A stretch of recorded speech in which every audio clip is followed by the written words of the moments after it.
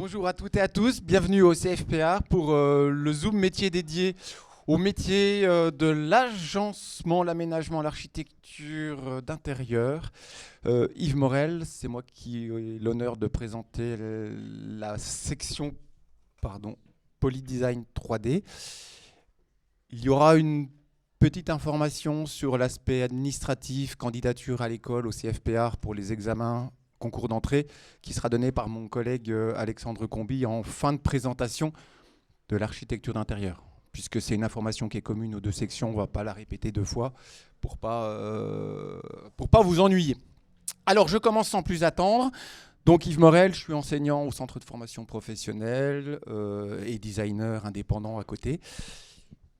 La présentation Polydesign se fera avec également plusieurs élèves de la formation qui viendront prendre le relais pour vous donner quelques aspects plus pratiques ou leur quotidien par rapport aux différents projets et différents cours qu'elles sont amenées à suivre durant la formation. Donc, le Polydesign 3D, c'est peut-être un nom qui ne va pas vous parler beaucoup. On va parler de design 3D tout court.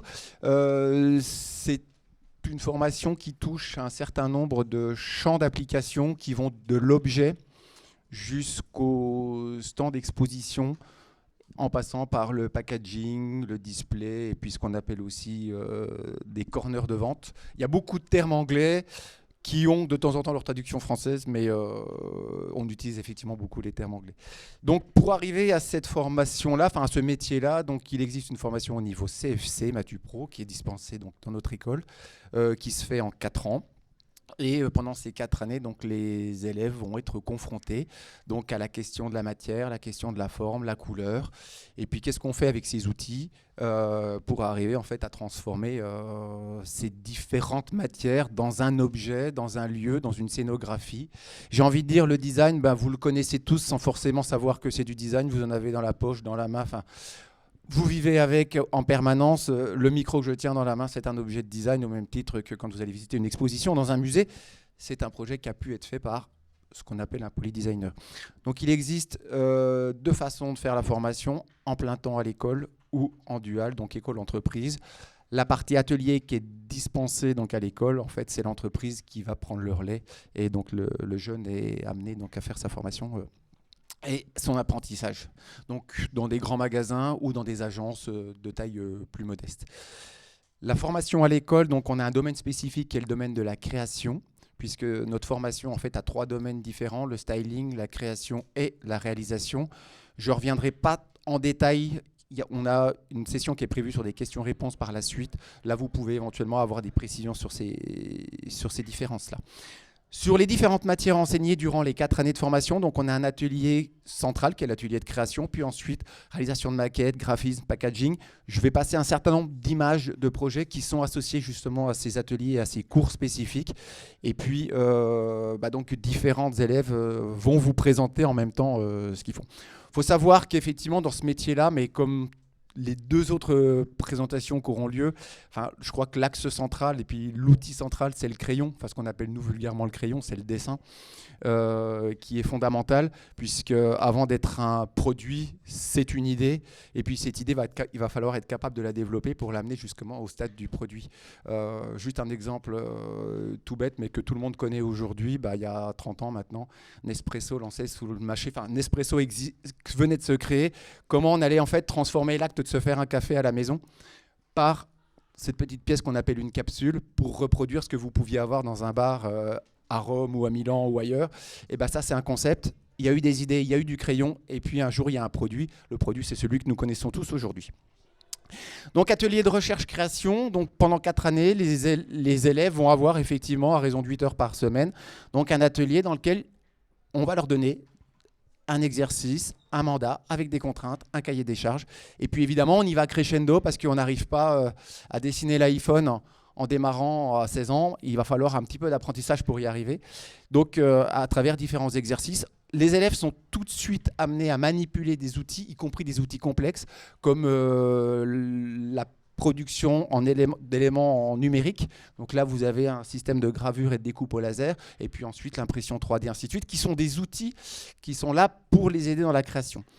Un exemple d'un projet qui a été fait autour d'un porte-encens. Là aussi, c'est les élèves qui vont jusqu'au bout de l'idée, jusqu'à la réalisation finale, en utilisant les matières, en sachant les nommer. Il y a du plan, il y a du dessin. Je vais passer la parole à Louma et Tina, qui vont vous parler d'un projet que nous avons fait avec la Fondation Bord. Donc voici un projet qu'on a dû réaliser en atelier maquette. Donc on a été mandaté par la Fondation Bord pour créer un katana de médiation et qu'on puisse toucher, démonter et que les visiteurs de tout âge puissent comprendre le fonctionnement. Donc on n'a pas fait un vrai katana parce que c'est pas manipulable et que du coup là on en a fait un qui est démontable, qui est simplifié et que tout le monde puisse comprendre sans le côté tranchant et voilà. Donc Alors, pour ce projet, ce qui est bien, c'est qu'on a collaboré avec plusieurs classes. Donc, c'est une classe de première et de deuxième. Donc, pour les premières, ça reste un projet quand même assez évolué par le fait qu'on utilise plusieurs matières différentes. Donc là, pour ces katanas, il n'y a pas forcément beaucoup d'exemples, mais on va utiliser du plexiglas qui va être coupé au laser, ou de la résine, ou du bois, ou même ici tout en haut, je ne sais pas si vous voyez, de l'imprimante 3D pour le manche.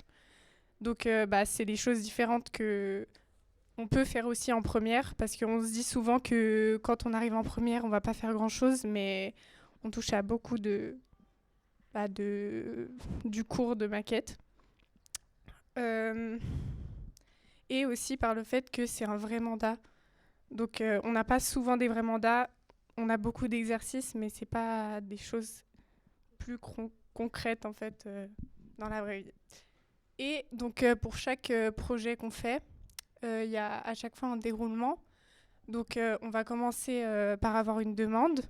Ensuite, on va commencer les recherches avec de l'inspiration, des photos, des projets déjà faits.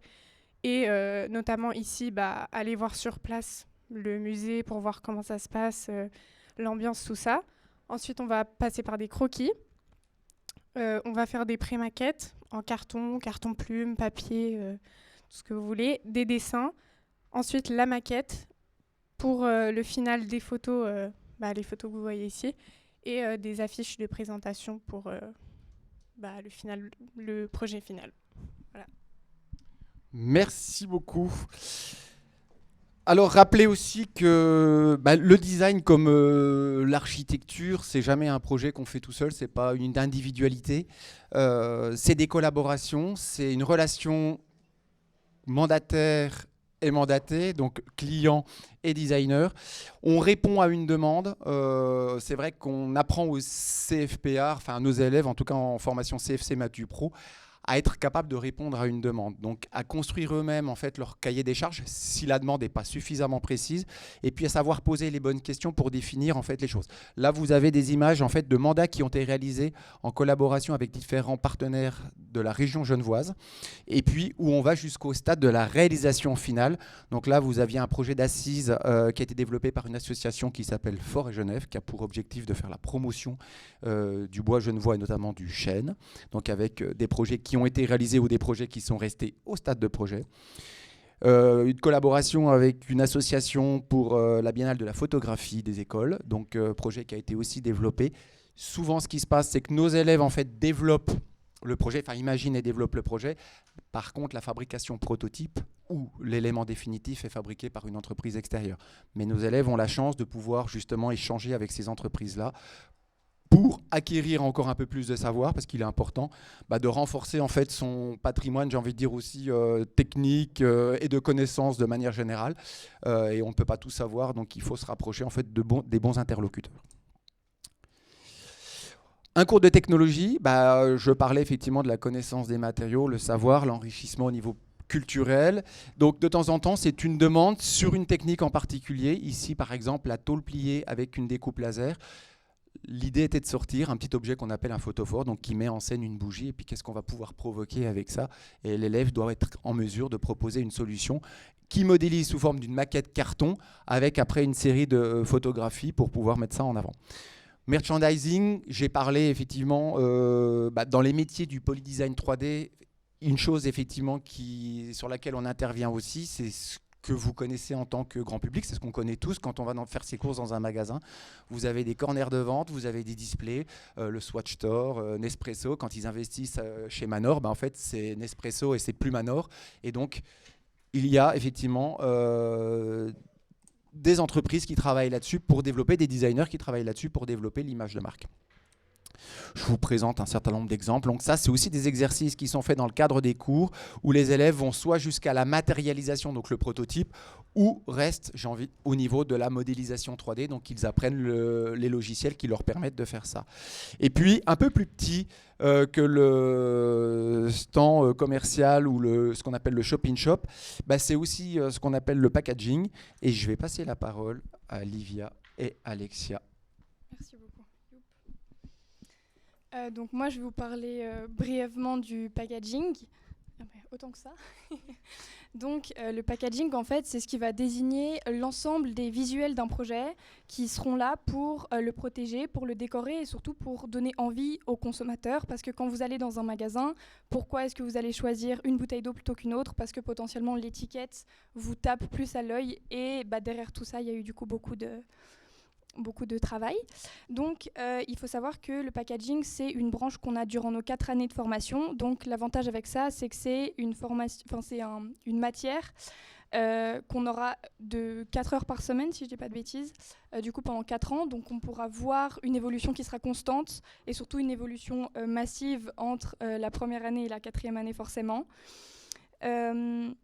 On en arrive toujours à beaucoup de réflexions. Il faut savoir que le packaging, c'est pas une science exacte.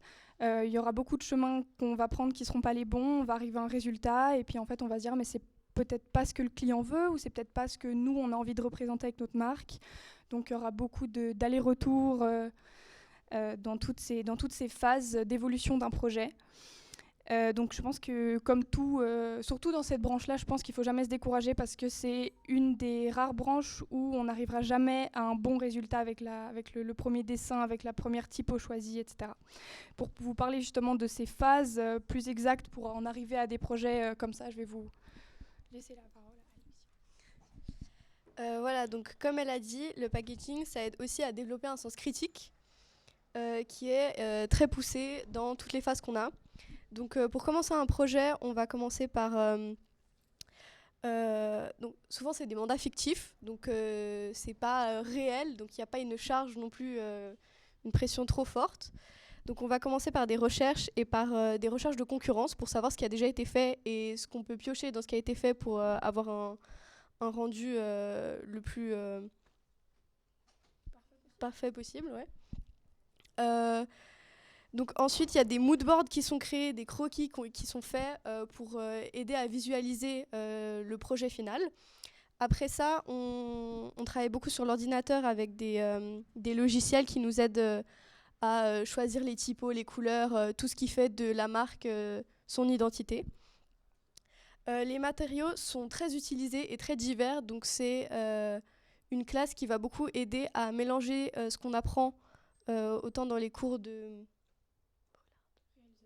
réalisation et de technologie et avec ce côté de graphisme qui fait que le projet est attractif. Comme elle a dit, c'est un cours qui est de première à la 4e année. Même en première, on a des projets qui sont très qualitatifs à la fin et donc qui vont être pris en photo pour potentiellement être mis dans nos portfolios à la recherche de stages qu'on va parler plus tard. J'ose dire un dernier truc, c'est qu'on a de la chance d'avoir des super bons profs qui ont un point de vue qui est professionnel et surtout réaliste. Ils sont jamais là pour nous casser et ils sont toujours là pour nous montrer dans certains projets, plutôt pour pointer qu'est-ce qui ne va pas et pourquoi est-ce que ça ne va pas. Voilà. Merci beaucoup. Je rebondis là-dessus pour effectivement introduire le cours suivant, donc réalisation et prototype. Rappelez effectivement que la grande majorité des enseignants en fait ont tous une activité professionnelle à côté, que c'était une volonté du canton, que d'avoir des gens qui sont au fait des choses et pas forcément uniquement des enseignants à 100%. Donc sur le cours de prototype, rappelez l'importance en fait de confronter les élèves à la réalisation de ce qu'ils imaginent et de voir à un moment ce que ça fait que de construire un prototype. Une idée sur le papier, ça fonctionne toujours. Par contre, en 3 dimensions, ça fonctionne tout de suite moins bien. Et quand vous oubliez de mettre une vis ou un peu de colle, eh ben, éventuellement, le résultat, il n'est pas tout à fait celui que vous aviez dessiné. Donc, c'est à ça que sert le cours de maquette et de prototypage, en tout cas pour les designers. Je ne vous montre pas forcément du plan. Les architectes d'intérieur le feront mieux que moi, mais évidemment que les designers, polydesigners sont amenés à faire des plans. C'est peut-être pas la partie qu'ils apprécient le plus, mais c'est une partie indispensable dans le cursus du projet et il est important de le faire. Là, vous avez des images de workshop qui sont aussi réalisé de temps en temps dans le cadre de notre formation, un designer argentin qui était venu pour travailler autour de la transformation de la bouteille en plastique PET et d'introduire pour nous la notion d'éco-conception et de développement durable dans le cadre de cette formation, puisque nous sommes pourvoyeurs et préconisateurs de consommation de matière, mais on peut le faire aussi de façon raisonnée et intelligente et faire les bons choix matériaux. Quelques images aussi pour vous de projets sur lesquels nous sommes amenés à travailler avec des musées où les élèves, là aussi, mettent la main à la pâte pour aller jusqu'au bout. Je rebondis sur la question du travail de fin de formation. À la fin des 4 ans de formation, donc il y a un travail pratique individuel qui va permettre l'obtention du CFC. Et ce travail, en fait, est un mandat fictif ou pas fictif. Ces dernières années, il était plutôt concret avec un client. Là, ce qui vous est présenté, c'est un projet fait avec le musée d'art et d'histoire de la ville de Genève, où les élèves devaient proposer un dispositif pour regarder différemment une œuvre du parcours permanent du musée. Dans le cadre de la formation, les élèves sont aussi amenés et ont l'obligation de devoir réaliser un stage de 6 mois. Et je vais passer la parole à Anaëlle et Sophie. Alors du coup, on a un stage de 6 mois réalisé en 3e année, qui est obligatoire, dans une entreprise qui est en lien avec notre formation. On peut faire aussi en 3 mois dans 2 entreprises, et puis aussi on peut partir à l'étranger, que ce soit en Europe. Et c'est un stage qu'on doit chercher nous-mêmes, on doit faire un portfolio, on doit faire un CV, on a des entretiens, et puis en fait on a tous un peu, chacun de nous, fait des stages qui sont en général dans la scénographie ou dans même d'autres domaines, que ce soit même le grand théâtre, les ateliers de la RTS, l'ethnographie, enfin il y a plein de stages qui sont totalement variés, puis c'est vraiment une expérience qui est plus dans l'action, qui est plus dans le concret, donc du coup c'est vraiment quelque chose qui nous apprend beaucoup plus dans les thèmes qu'on apprend déjà dans notre formation. Ça semble un truc un peu gros en mode « faut trouver un stage, faut aller chercher des entreprises », mais en fait on est aussi très encadré à l'école. Alors oui, on va faire toutes les démarches, mais il y aura des gens qui seront là pour nous aider avec les CV et tout ça. Et au final, en tout cas tous nos camarades de cette année en 4e, tous les retours sont positifs et c'est plein de gens qui sont très contents d'avoir fait ce qu'ils ont pu faire. Enfin, moi par exemple j'étais à Manor, donc j'ai fait plus de la mise en scène de display, de vitrines, que ce soit de tenues mais aussi de matériaux quoi. Et par exemple, ma collègue à côté, elle était à la RTS, donc c'était plus de la scénographie ou comme ça. Il y a des gens qui étaient au théâtre, comme elle a dit avant. C'est très varié et donc vous pouvez tout à fait chercher un stage dans un domaine qui vous intéresse plus. Si c'est plus les musées, votre truc, ou les magasins, vous pouvez chercher ce qui vous intéresse le plus et ce sera très varié. Et il y aura encore un truc, c'est qu'à la fin de tout stage et pendant le stage, vous devrez faire un rapport de stage, en gros un journal où vous notez ce que vous avez fait, les activités, les projets, prenez des photos. Et à la fin, ce dossier, ça vous fera comme un genre de cahier. Ça prendra tout le parcours que vous avez fait pendant ce stage. Et ça vous permettra d'avoir un retour dessus et aussi de pouvoir le présenter aux années en dessous. Donc, nous, cette année, on va présenter aux 3e, 2e et 1e les stages qu'on a fait pour leur donner de l'inspiration ou même simplement montrer ce qu'on a pu réaliser. Merci. Alors, je vais vous passer quelques images en même temps que je vais conclure la présentation sur la formation Polydesign 3D. Donc, rappelez que c'est une formation initiale. C'est une formation professionnelle qui a pour objectif donc l'obtention du CFC ou d'une maturité professionnelle. Nos élèves peuvent sortir et rentrer sur le marché du travail. On les encourage vivement à poursuivre des études supérieures où ils seront plus à même de pouvoir, entre guillemets, intellectualiser une démarche, une recherche, puisqu'ils auront acquis en fait un certain bagage technique de connaissances, et puis ils seront libérés de ces aspects-là pour pouvoir pleinement utiliser la maturité, alors pour le coup pas la maturité professionnelle, mais la maturité de l'individu pour des réflexions plus poussées que ce qu'ils auront pu faire durant les 4 premières années de formation. Je rappelle qu'ils arrivent, ils ont entre 14 et 15 ans, les plus jeunes, mais s'ils ont fait un parcours linéaire, on va dire sans faute, et puis donc ils ressortent de chez nous à 19-20 ans. Donc en tout cas, c'est une formation que j'encourage vivement, qui est unique en Europe à ce niveau-là de la formation. Et je passe sans plus attendre la parole à mon collègue de dessinateur architecture d'intérieur.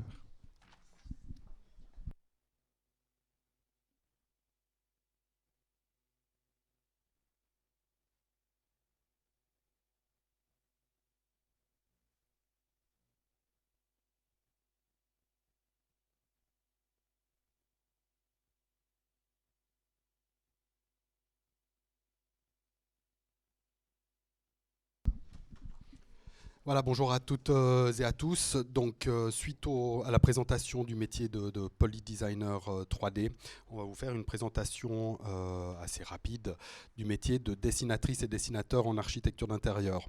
Je suis accompagné par 2 élèves, Elisa et Olivier, 2 élèves de 4e année, 2 apprentis de 4e année. Régis Bagdassarian, enseignant aussi au centre de formation professionnelle Art, va nous rejoindre. Il est en train de répondre à des questions de la première conférence.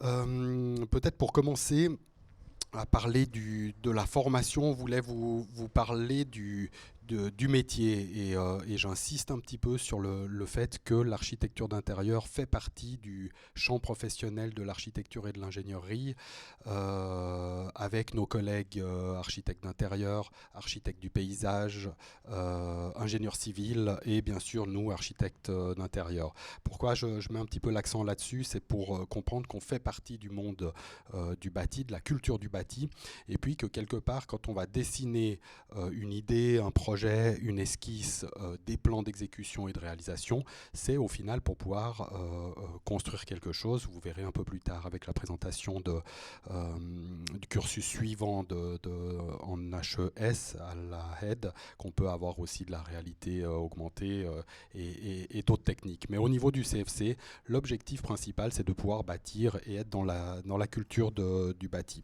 On va travailler sur des projets de transformation, beaucoup des projets résidentiels, des projets liés à l'activité ou au commerce. Mais on va aussi traiter le domaine du mobilier urbain, de la micro-architecture, de l'architecture éphémère urbaine, et on va vous montrer quelques projets très rapidement, des projets professionnels, et après Elisa et Olivier vont vous présenter par année scolaire l'avancement de projets type.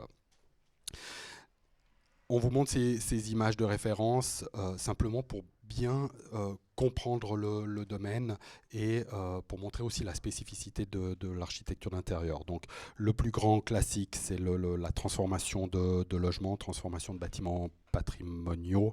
On va aussi travailler dans l'architecture d'extension, d'agrandissement, notamment de logements privés, par exemple. L'architecte d'intérieur ou le dessinateur et la dessinatrice en architecture d'intérieur va travailler aussi pour des collectivités, de l'institutionnel, transformation notamment, là c'est un exemple d'une salle du comité central du CICR à Genève, des salons. Donc là on est vraiment, je dirais, dans la partie assez traditionnelle du métier, transformation d'espace résidentiel ou d'activité. On a une spécificité aussi assez proche aussi des polydesigners, c'est-à-dire de la scénographie d'exposition, mettre en scène, là en l'occurrence, des œuvres d'art. Le mobilier urbain, c'est-à-dire qu'on va sortir, même si on s'appelle domaine de l'architecture d'intérieur, on va travailler aussi dans le mobilier urbain, le mobilier qui soit, ou l'agencement, qui soit à l'intérieur d'un espace ou dans l'espace public. On va avoir la même démarche, c'est-à-dire de se concentrer sur l'ergonomie, vouloir le meilleur pour l'autre, et ça nous permet aussi d'aller un tout petit peu plus loin dans la micro-architecture. Même si c'est de la micro-architecture urbaine, on va avoir les mêmes codes de réflexion, la même manière de penser, et surtout de dessiner des plans, des représentations 3D pour pouvoir donner ces informations aux constructeurs. Dans la micro-architecture, on va aussi pousser dans l'architecture éphémère, pavillonnaire, stand d'exposition, pavillon d'exposition extérieure, etc., etc. Rapidement, les métiers sont en lien. Alors, on l'a déjà compris en voyant ces images, des principes de construction, la volumétrie, les proportions, le mobilier, l'agencement, l'éclairage. Donc, on va travailler beaucoup l'éclairage, l'acoustique, l'ergonomie, les matériaux, scénographie d'exposition, on en a parlé. Vous allez, en tant qu'apprenti et élève, des dessins de recherche, des croquis, des planches d'ambiance, des plans de présentation pour des maîtres de l'ouvrage, pour des clients. Donc vraiment la communication du projet envers le client. Des dossiers de plans techniques, infographiques. Alors c'est un peu dur comme terminologie, mais j'insiste un petit peu, c'est que la finalité de votre travail est de pouvoir transformer un appartement, par exemple, de l'image de synthèse, de la maquette, des présentations graphiques, de la photographie. Vous verrez en parcourant les travaux de nos 2 élèves de 4e année. Les aptitudes pour rentrer dans notre formation, mais également pour rentrer dans la formation de poly designer, c'est d'avoir quand même une aisance en communication et en société, c'est-à-dire de pouvoir exprimer quelque chose vis-à-vis de votre projet. Donc ça peut se faire par le dessin, hein, c'est un moyen de communication, et c'est vrai qu'on va communiquer avec des entreprises, avec des clients, avec des collègues dans le même bureau. D'avoir de la créativité, bien sûr, et puis d'avoir une certaine vision en 3D. La spatialisation, j'aime pas beaucoup ce mot, mais c'est d'avoir une vue en 3D, avoir une aisance en 3D. Je vais passer la parole à nos 2 élèves pour vous parler des travaux qui vont se faire de première à 4e année. Comme ça permet de voir aussi les aptitudes au départ. Merci beaucoup. Merci beaucoup. Alors, voilà, donc un projet de première année. Donc ce qu'il faut savoir en première année, c'est qu'on part tous sur les mêmes bases. Donc pour ma part, je sortais du cycle. On peut sortir d'écoles différentes. Donc on part sur des bases en 2D, donc à la main, au crayon, à la règle. Donc on peut voir ici en haut un plan, une coupe, donc on apprend ce que ça veut dire avec différents éléments. On coupe des fruits pour savoir ça. Et donc on a aussi des cours complémentaires, donc par exemple ici de géométrie. Donc voilà, pour visualiser mieux un bâti dans l'espace, donc ici en 3D.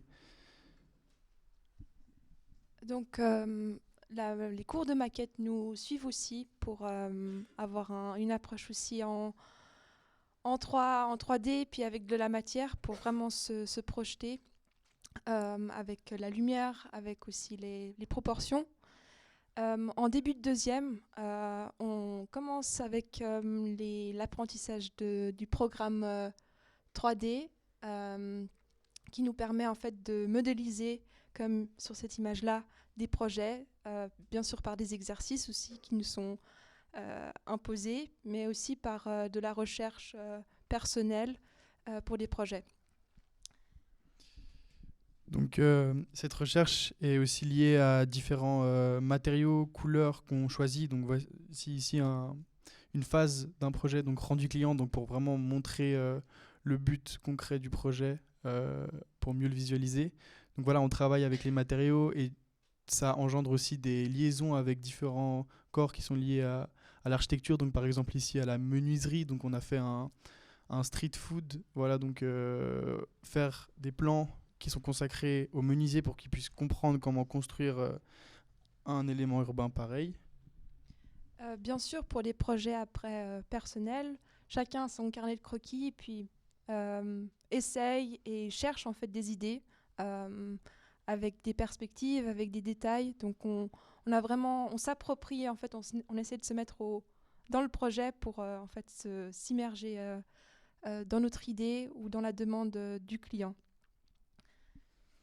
Donc ici un plan qui peut paraître assez effrayant vu tous ces traits, mais voilà, nous au fil des années, donc là on est déjà en 3e année, on détaille tout ça pour vraiment comprendre toutes ces conceptions. Donc c'est vraiment des logiques qu'on apprend au fil des cours. Donc ici, encore plus zoomé, un détail encore plus particulier, aussi pour l'envoyer encore aux différents corps de métier, menuisier, etc. Donc ici, juste une image en 3D pour vraiment se concentrer tout d'un coup sur la modélisation d'un détail, faire en fait envie aussi aux clients et communiquer en fait l'idée qu'il y a derrière. Bien sûr, le dessin à la main nous suit toujours, même en 4e année. Se mettre et comprendre en fait même la mécanique d'une porte, d'une fenêtre, qu'est-ce qui se cache derrière. Mais au-delà des détails, on est aussi amené à des projets qui touchent à des espaces plus grands, ici urbains, dans la ville de Genève. Et aussi des lieux, donc des mandats réels. Donc par exemple ici, cette salle même, juste à côté, où on réalise justement certains projets en collaboration par exemple avec les créations de vêtements. Donc c'est aussi important avec certains cours, quand on se déplace, visiter des lieux pour avoir une conception plus propre à la vraie conception du projet. Ou même justement en 3D, là ici en 4e année, où on peut justement bien avoir une vision plus honnête d'un projet. Et pour finir la présentation, c'est vrai que notre filière, on est vraiment, par le dessin, on communique en fait notre idée et c'est vraiment, on se concentre sur ce médium-là pour développer et créer du lien avec les autres corps de métier. Merci. Merci beaucoup. Je pense que de montrer des projets d'élèves, c'est absolument parlant. Peut-être juste une partie un peu plus administrative, d'organisation, je dirais, de la formation. Donc on a la possibilité en dessin en architecture d'intérieur d'avoir une formation duale, c'est-à-dire d'être à l'école professionnelle, donc au CFPR, pendant 2 jours par semaine et 3 jours par semaine chez son employeur. Donc c'est ce qu'on appelle la formation duale. La formation plein temps école au CFPR, donc 5 jours par semaine avec les cours d'enseignement professionnel et les cours d'enseignement entreprise, en suivant également, si vous le désirez, la maturité professionnelle. Nous avons plusieurs cours, peut-être je ne vais pas rester trop longtemps sur les cours, mais vous allez aborder la géométrie, la réalisation de maquettes, la physique du bâtiment, donc c'est en lien à la lumière, à la ventilation, au chauffage, à des relevés, des plans de fabrication, des visites de chantier. Je ne veux pas être trop insistant sur cette culture du bâti, mais on va faire aussi quelques visites de chantier, d'avoir des notions de construction, de conception, de la culture de la construction et la culture architecturale, de savoir dans quel domaine on s'inscrit et d'avoir cette connaissance du bâti existant, connaissance des matériaux, les élèves en ont parlé, la couleur, le dessin d'observation, la domotique, l'informatique, mais je ne veux pas vous faire trop peur avec toute cette terminologie. Je pense que les projets étaient parlants.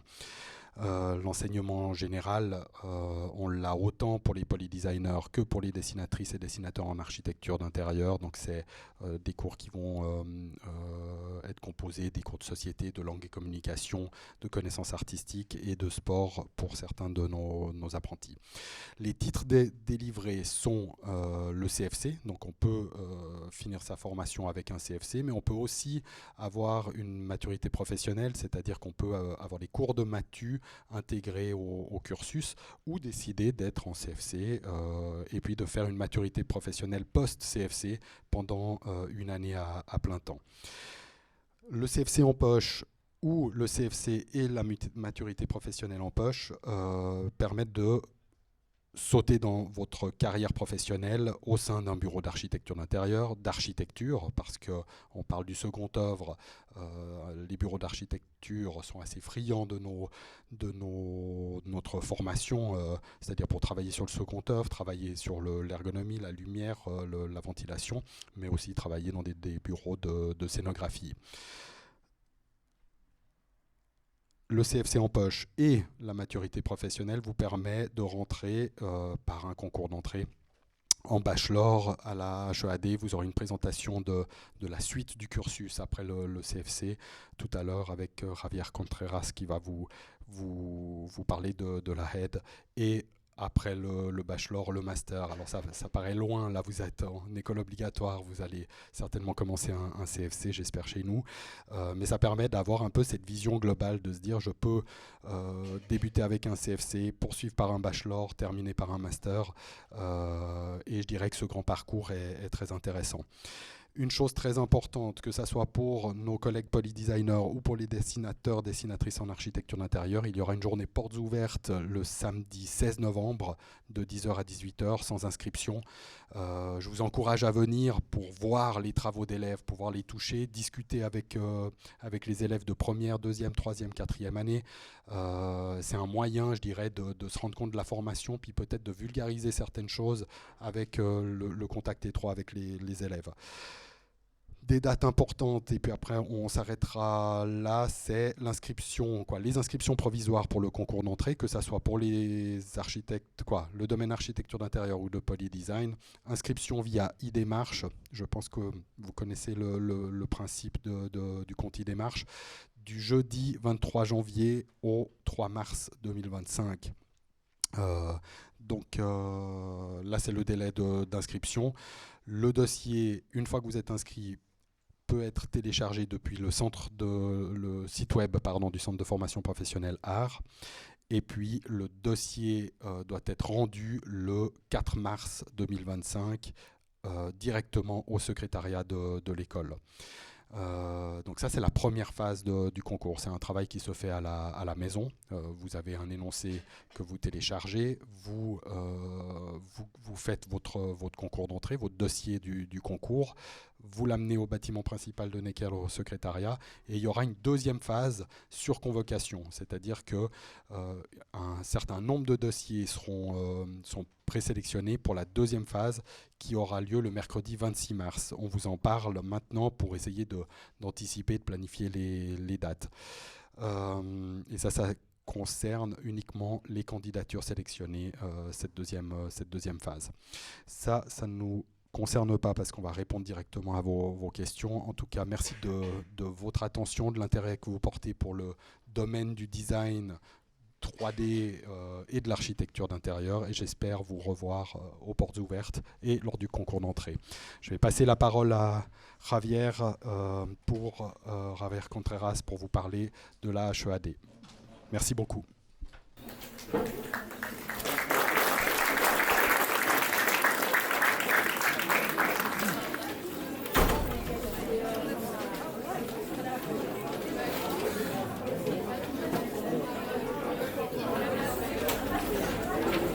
S'il vous plaît, donc la séance d'information n'est pas finie. Là, on a la présentation de la HEAD et puis on reviendra, on va rester présent pour répondre à vos questions en fin de présentation, si vous avez des questions par rapport à ce qui a été présenté. Merci beaucoup.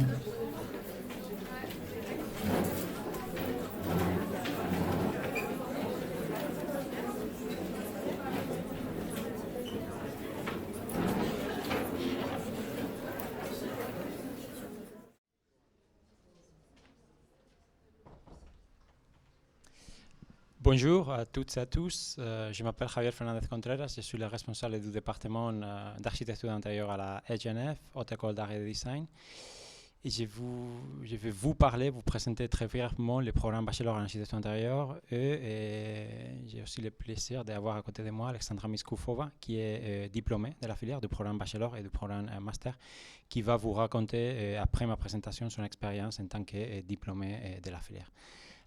Donc, je suis ravi d'être ici et merci pour l'accueil. Je vais faire une présentation très très courte. Je ne vais pas entrer dans les détails techniques ou administratifs du curriculum ou du plan d'études.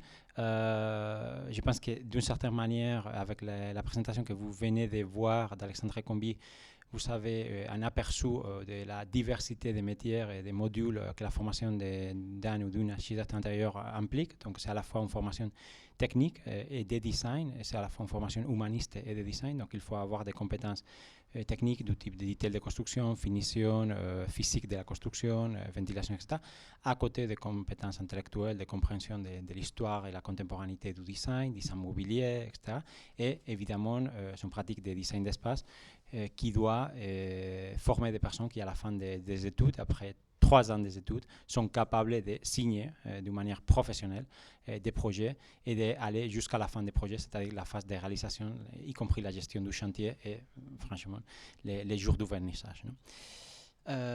Donc, voilà, je vais vous présenter quelques projets que nous avons faits au cours de ces dernières années avec les étudiants bachelor de la aide.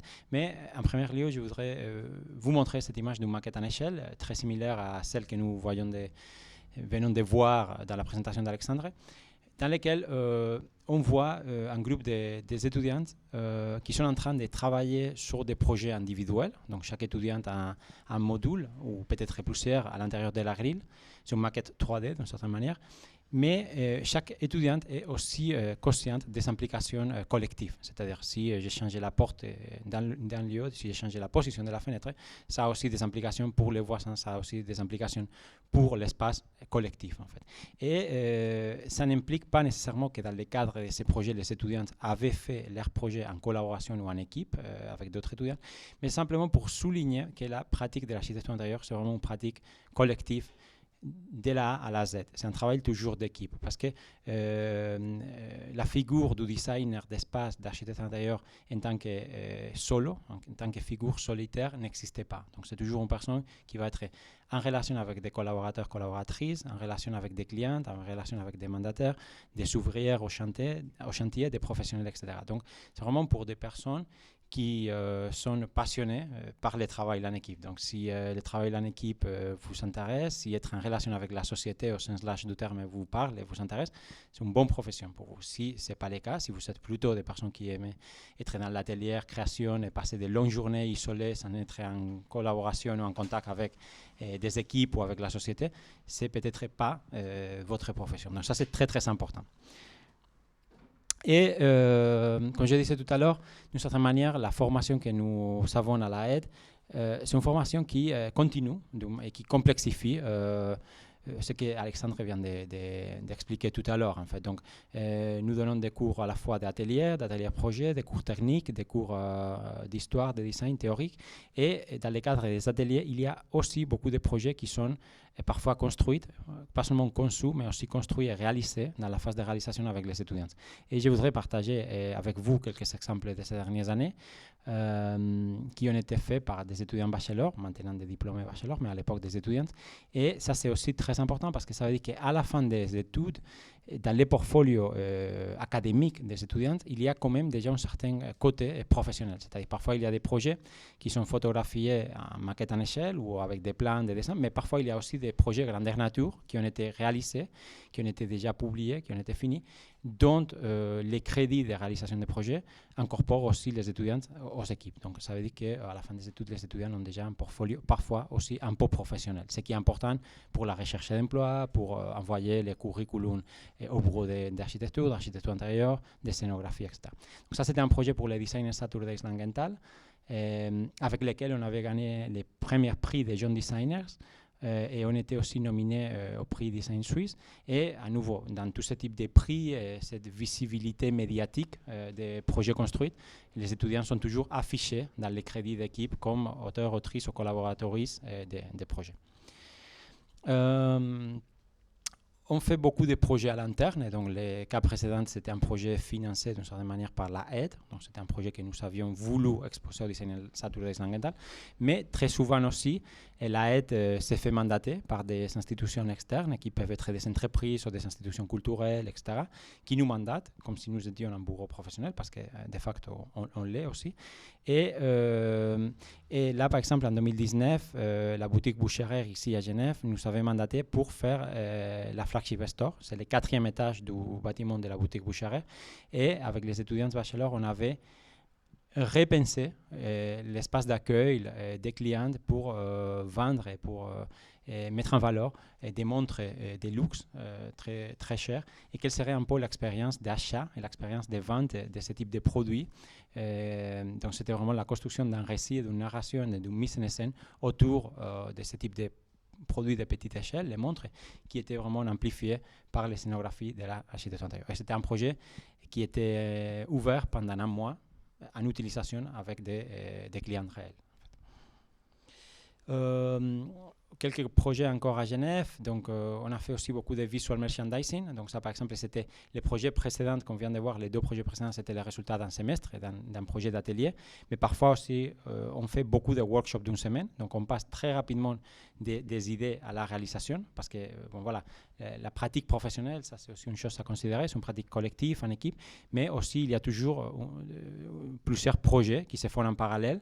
Donc, il faut s'habituer à pratiquer plusieurs sports, on pourrait dire, en parallèle. Donc, parfois, il y a des projets très courts qui passent de l'idée à la réalisation très rapidement. C'est un petit projet, c'est la petite échelle. C'est un client ou une cliente qui est très pressé et qui doit vraiment avoir une réalisation très, très vite. Ou c'est une petite rénovation d'une salle de bain, par exemple, ou d'une cuisine. Et parfois, il y a des projets beaucoup plus grands. Et dans la pratique professionnelle, quand vous deviendrez des professionnels, ce type de 2 projets, de 2 échelles coexistent en parallèle. Donc, c'est très important que dans le cadre de la formation, nous entraînons les étudiants pour avoir ce type de gymnasie, on pourrait dire, et des capacités à réagir très, très vite par rapport à ça. Donc, ça, c'était une vitrine pour la boutique Aesop, qui était le résultat d'un workshop d'une semaine avec quelques étudiants. Et vous voyez, la vitrine, c'est la construction d'une image, mais c'est un espace qui est 2D et 3D au même moment. Donc, évidemment, l'architecture intérieure, par définition, est concernée.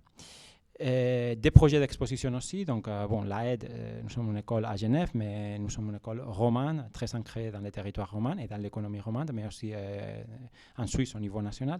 Et ça, c'était une exposition pour le Forum des architectures à Lausanne. C'est une galerie d'architecture qui normalement fait des expositions, des maquettes en échelle, des affiches, des images. Et nous, avec les étudiants de première année, à cette époque-là, bachelor, on avait dit non, nous, on ne va pas faire des maquettes en échelle, des petites choses, des petits displays. On va vraiment faire l'espace. On va faire l'espace grandeur nature. On a la capacité de conceptualiser complètement l'espace. Donc, c'était une exposition qui voulait explorer la nuit comme un laboratoire central d'expérimentation d'espace dans l'histoire de l'architecture. Et on avait, avec les étudiants bachelor, pas seulement réalisé toutes les scénographies de l'espace, mais conçu vraiment l'identité de cette exposition jusqu'au point des contenus, d'agenda culturel, des invités. Et on s'était dit, bon, si on va faire une exposition qui porte et qui parle sur la nuit, ça sera une exposition qui ne sera qu'ouverte que pendant la nuit. En fait. Donc, c'était une exposition nocturne qui ouvrait toujours à 8h ou 9h l'après-midi et qui n'était ouverte que pendant 5 soirées. Et chaque soirée, on faisait une typologie d'espace nocturne différente. Donc, on avait fait le restaurant, les tabacs, la boîte de nuit. La soirée où on a fait la boîte de nuit, on a mixé des conférences sur l'histoire de la boîte de nuit avec une vraie boîte de nuit qui avait obtenu une autorisation légale de la ville de Lausanne pour être ouverte jusqu'à 8h du matin du lendemain. En fait. Tout ça, toutes ces idées de comment l'espace intérieur, comment l'architecture intérieure transforme la performativité de l'espace, l'accueil des personnes, la vie humaine, sont faits en collaboration directement avec les étudiants qui sont mis au centre de cette pratique professionnelle parce que nous sommes une filière professionnalisante. Évidemment, au cours de ces dernières années, voilà, la profession et les métiers se complexifient et ça c'est plutôt une bonne nouvelle. C'est un métier qui devient beaucoup plus riche. Donc, au centre de l'identité du métier, la question de la virtualisation de l'espace, de la médiatisation de l'espace. Donc, quelle est la place des espaces dans les espaces virtuels? Évidemment, la réalité virtuelle y participe. Bon, il y a quelques années, on a entendu beaucoup les mots métaverse. Aujourd'hui, on ne parlait plus. Mais c'est vrai que soit par les biais des jeux vidéo, par les biais de la réalité virtuelle, par les biais du téléphone portable, etc., les espaces sont de plus en plus virtualisés et médiatisés. Et dans le cadre de cet changement de paradigme ou évolution, on a mis aussi en place des ateliers spécifiques qui portent sur la relation entre l'espace et les médias. Ça, c'était un projet iconique que nous avions fait avec la fondation USM, Space Duality, pour les Design Days à Genève, qui avait eu les prix Red Dot et les prix Frame, les Frame Awards, qui sont des prix professionnels. Donc, il ne s'agit pas des prix pour des étudiants, ce sont vraiment des prix pour des professionnels, des designers, d'architectes intérieurs, d'architectes, etc. Et ça, c'était assez intéressant de voir. Par exemple, quand j'étais à Amsterdam pour la remise des prix du Frame, les seuls projets d'une école primée, c'était ces projets de l'AED. Le reste, c'était tous des projets professionnels en fait. Et là, on était allé là-bas avec les étudiants des bachelor. C'était très heureux pour nous comme équipe, mais aussi pour les étudiants, d'être à côté des architectes d'intérieur de premier niveau mondial qui étaient venus du Japon, de l'Amérique latine, de l'Afrique, etc., de l'Europe, et d'être vraiment à côté, au même niveau, ces jours-là, dans la remise des prix en fait. Donc, on se donne toujours comme cadre d'ambition de pouvoir livrer des projets qui sont professionnels et qui sont au niveau du marché professionnel avec les étudiants. On profite aussi beaucoup de l'écosystème de la la Haute École d'Art et de Design. Évidemment, dans les campus et dans l'ensemble des bâtiments de l'institution, c'est précieux d'avoir à côté de nous comme voisins la filière mode, la filière communication visuelle, la filière cinéma, etc. Ça veut dire que quand nous faisons des projets d'espace, très souvent, nous faisons aussi des projets avec nos collègues d'autres filières. Donc, par exemple, un des événements les plus importants de la aide chaque année, qui est le défilé de mode, on a fait parfois les scénographies du défilé avec des étudiants bachelor. Donc ça, c'était les scénographies du défilé 2019. Le projet Poésie, un projet qui reprenait les plongeoires de Ben de Baki, ici à Genève, et qui faisait une mise en échelle scénographique du plongeoir, mais qui évidemment avait aussi toute une condition poétique autour de la poésie de la mode, etc. Ou en 2022, nous avions fait ce projet Digital Totem, qui explorait de manière très claire la condition physique de cet espace un peu virtuel, donc la mise un peu en image du corps humain et la mise en écran du corps humain.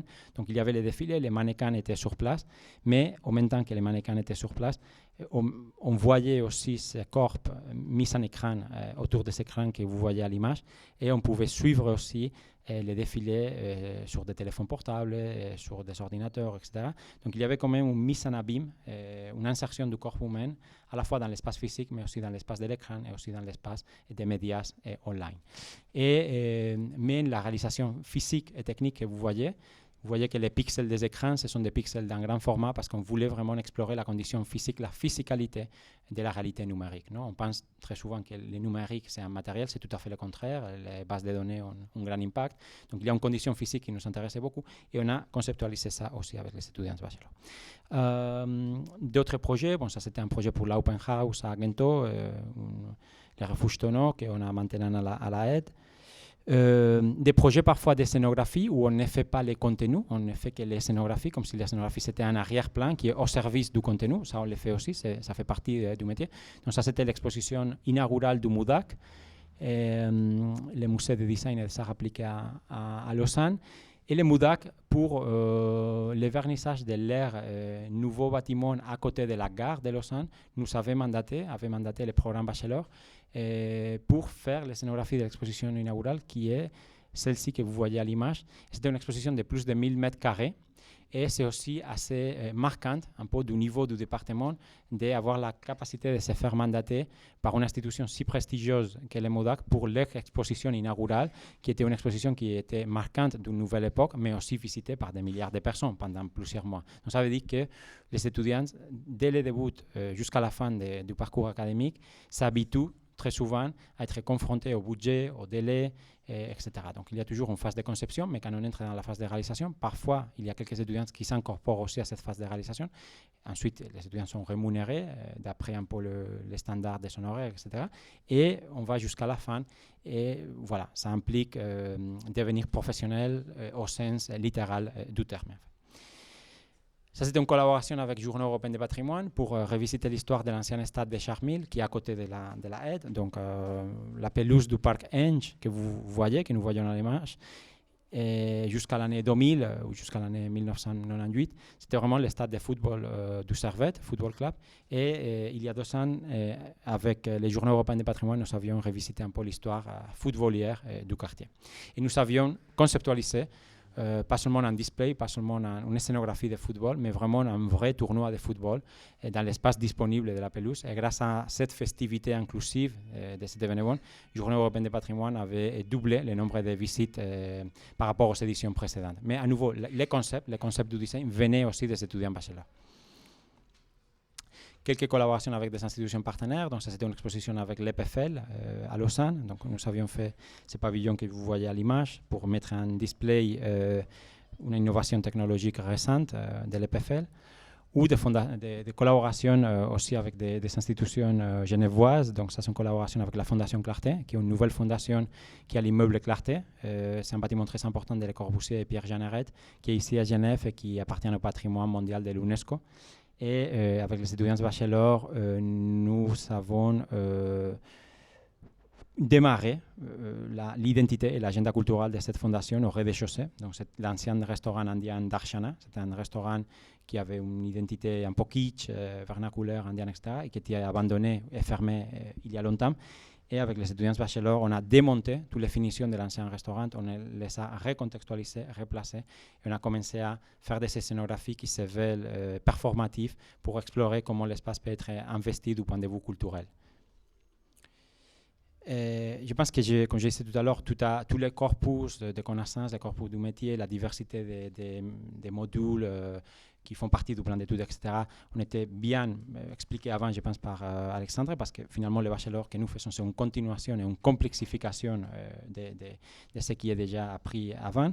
Et évidemment, le bachelor octroie les titres d'architecte intérieur, qui est un titre déjà professionnalisant. Donc, après les diplômes, les diplômés sont des professionnels indépendants qui peuvent signer des projets indépendants. Et le bachelor en architecture intérieure, c'est un programme de premier cycle de 3 ans qui prépare les étudiants à une carrière professionnelle en architecture intérieure. Donc, c'est aussi simple que ça. Et si les métiers et la profession de l'architecture intérieure vous intéressent, l'AED est une très très bonne école et vous serez les bienvenus. Et maintenant, je passe la parole à ma collègue Alexandra Miskoufova, qui est diplômée du programme bachelor et du programme master en architecture intérieure de l'AED et qui va vous présenter son expérience personnelle dans le cadre du programme bachelor. Bonjour, du coup, je m'appelle Alexandra Miskoufova et je suis diplômée en architecture d'intérieur. Et comment j'ai choisi cette profession?